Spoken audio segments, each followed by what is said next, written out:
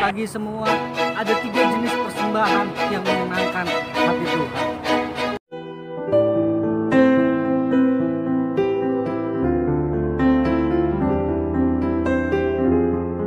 Roma 12 ayat yang ke-1 menulis seperti ini.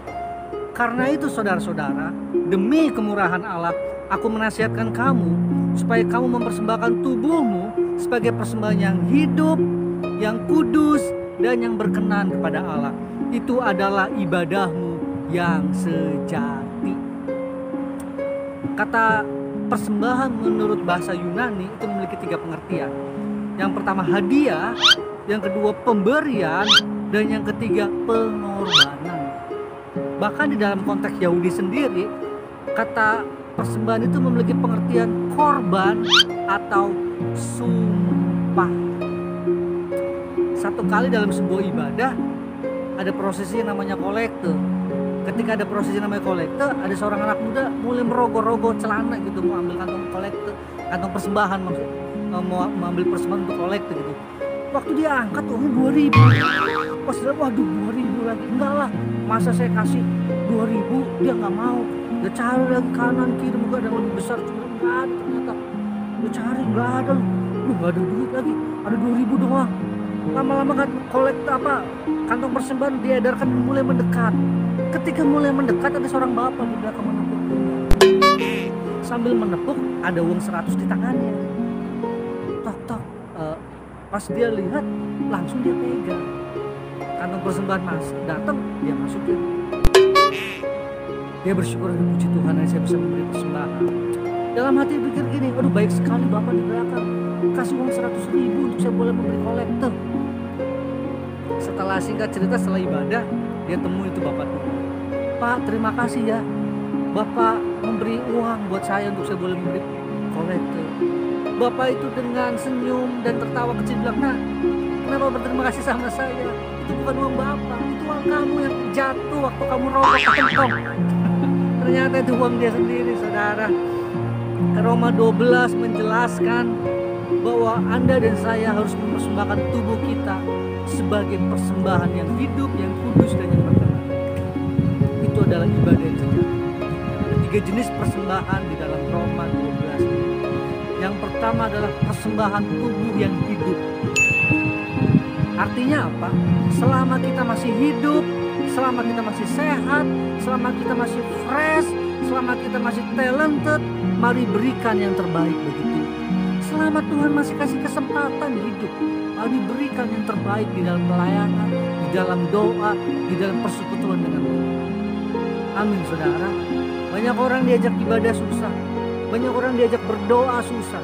Sekarang apalagi kita sekarang ibadah online akan jauh lebih sulit. Waktu offline dulu jauh sebelum pandemi, yuk ibadah, entarlah, yuk pelayanan, nantilah, yuk ke gereja, enggak ada waktu.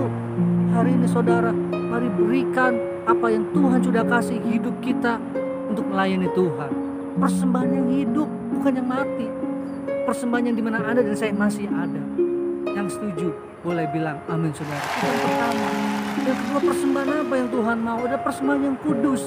Kudus itu memiliki 3 pengertian. Yang pertama murni, yang kedua berbeda dari dunia, dan yang ketiga terpisah dari dunia. 1 Tesalonika 4 ayat yang ke-7 menulis begini. Allah memanggil kita bukan untuk melakukan apa yang cemar, melainkan apa yang kudus. Amin, saudara.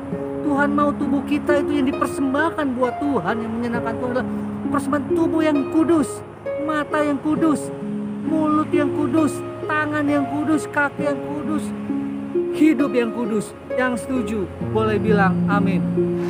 Suatu kali ada seorang tercebur ke sebuah sungai ketika sedang berjalan, saudara. Ketika tercebur ke sebuah sungai, banyak orang gak bisa mau tolong. Entahlah karena nenek-nenek atau entahlah karena gak bisa berenang, gak ada petugas pada saat itu.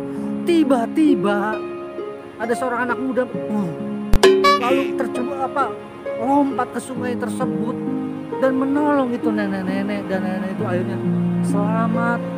Lalu pemuda itu juga selamat. Ketika diwawancarai, semua orang bertepuk tangan, keren, terima kasih anak muda, kamu luar biasa menolong nenek-nenek.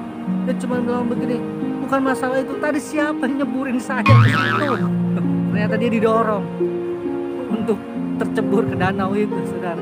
Berikan yang terbaik buat Tuhan, kekudusan yang kita punya. Yang setuju boleh bilang amin. Yang ketiga, yang terakhir, cepat saja, persembahan apa yang menyenangkan hati Tuhan sebagai ibadah? Yang ketiga adalah persembahan yang berkenan.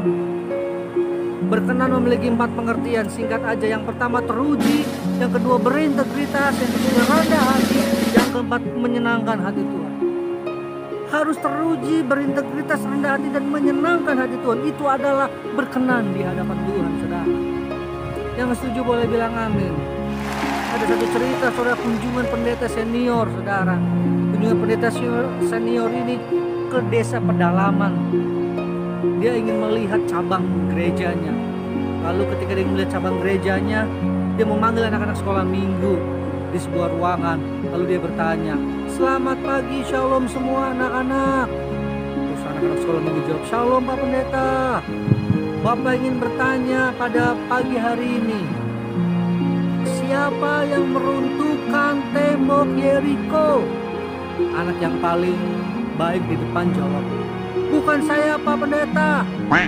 Yang di belakang anak-anak juga kompak, "Bukan kami Pak Pendeta. Kami tidak pernah meruntuhkan tembok Yeriko." Wah, kaget ini pendeta. Wah, ini kenapa dia bisa mendapat jawaban seperti ini, saudara? Lalu dia balik, dia tinggalkan ruangan, dia panggil semua guru-guru sekolah minggu dan hamba Tuhan yang ada di gereja tersebut.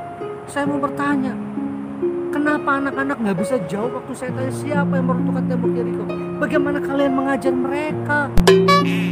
Lalu guru sekolah minggunya bilang begini, "Pak, mereka semua adalah anak baik-baik, Pak.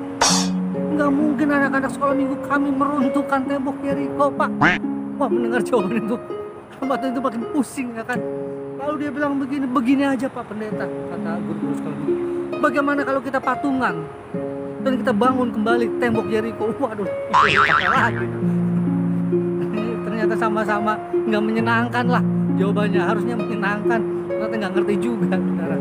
Ada 3 jenis persembahan yang menyenangkan hati Tuhan. Yang pertama persembahan yang hidup, yang kedua yang kudus, dan yang ketiga yang berkenan. Terima kasih. Demikian sharing firman Tuhan saya pada pagi hari ini. Semoga boleh menjadi berkat. Nantikan sharing-sharing saya berikutnya. Tuhan memberkati. God bless you.